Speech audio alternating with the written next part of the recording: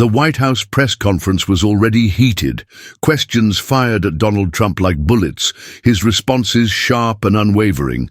But then a voice cut through the noise. A woman stood up, her stance firm, her presence commanding. She wasn't a journalist, she wasn't a politician, she was a veteran. The room fell silent. Trump's gaze locked onto her as she stepped forward. "Mr. Trump, I have a question, but I don't think you're going to like it." The tension thickened. Reporters leaned in, sensing something different. This wasn't just politics, this was personal. The woman's voice was steady, unwavering. "I served this country, but too many veterans are struggling. My question is simple. What are you really doing for us?" The air crackled. All eyes turned to Trump. His reaction? Nobody saw it coming. The press conference had started like any other. Tough questions, bold statements, and the usual back and forth between Trump and the media. But the moment Sergeant Emily Carter stood up, everything changed. She wasn't there for politics. She wasn't there for attention. She was there for answers. A decorated Army veteran, Emily had served 12 years in Iraq and Afghanistan, leading missions, making sacrifices, and watching friends never return home. She had seen the cost of war firsthand. And now, back on American soil, she saw another battle, one that veterans were fighting every day. Medical care delays, homelessness, mental health struggles, promises made but never kept. She had watched fellow soldiers return home, only to feel forgotten. And now, standing in the middle of a room full of politicians and reporters, she was done waiting. She cleared her throat, her military posture unshaken. "Mr. President, veterans like me put our lives on the line for this country. But when we come home, we're left behind." The crowd froze. Even the most hardened reporters knew this wasn't just another question. Trump adjusted the microphone, his eyes locked on her.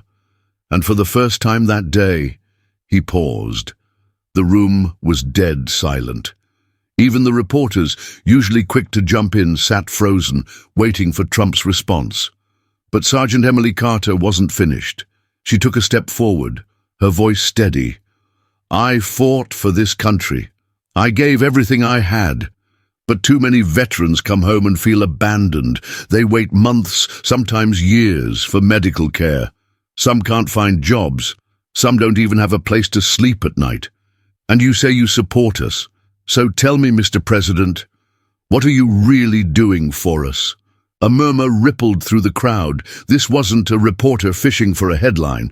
This was a woman who had lived the reality that politicians only talked about.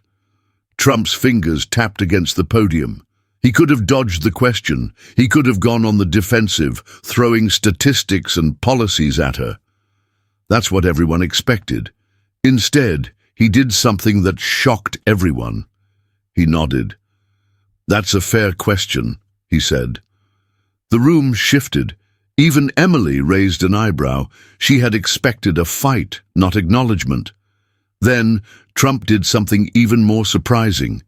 He stepped away from the podium. Reporters gasped. This was unheard of. Presidents don't leave the podium in the middle of a press conference. But Trump wasn't playing by the rules. He pointed directly at Emily. "Come up here," he said. The crowd erupted. Camera flashes exploded. Reporters scrambled. What was happening right now was about to go viral. Gasps echoed through the room. Did Trump really just invite her on stage? Even Emily hesitated, unsure if she had heard him correctly. Presidents don't do this. They don't call people up in the middle of a press conference. But Trump? He wasn't like other presidents. Emily squared her shoulders and stepped forward. A Marine-turned-Secret Service agent instinctively moved closer, but Trump waved him off. This wasn't a security risk. This was a conversation. As Emily reached the stage, Trump looked her in the eye. Not as a politician, not as a president, but as a man listening to a soldier. "Tell me exactly what needs to change," he said, his voice steady. "I want to hear it from you, right now. What's the biggest problem veterans face?" The room erupted into chaos. Reporters shouted, cameras flashed, Twitter feeds exploded.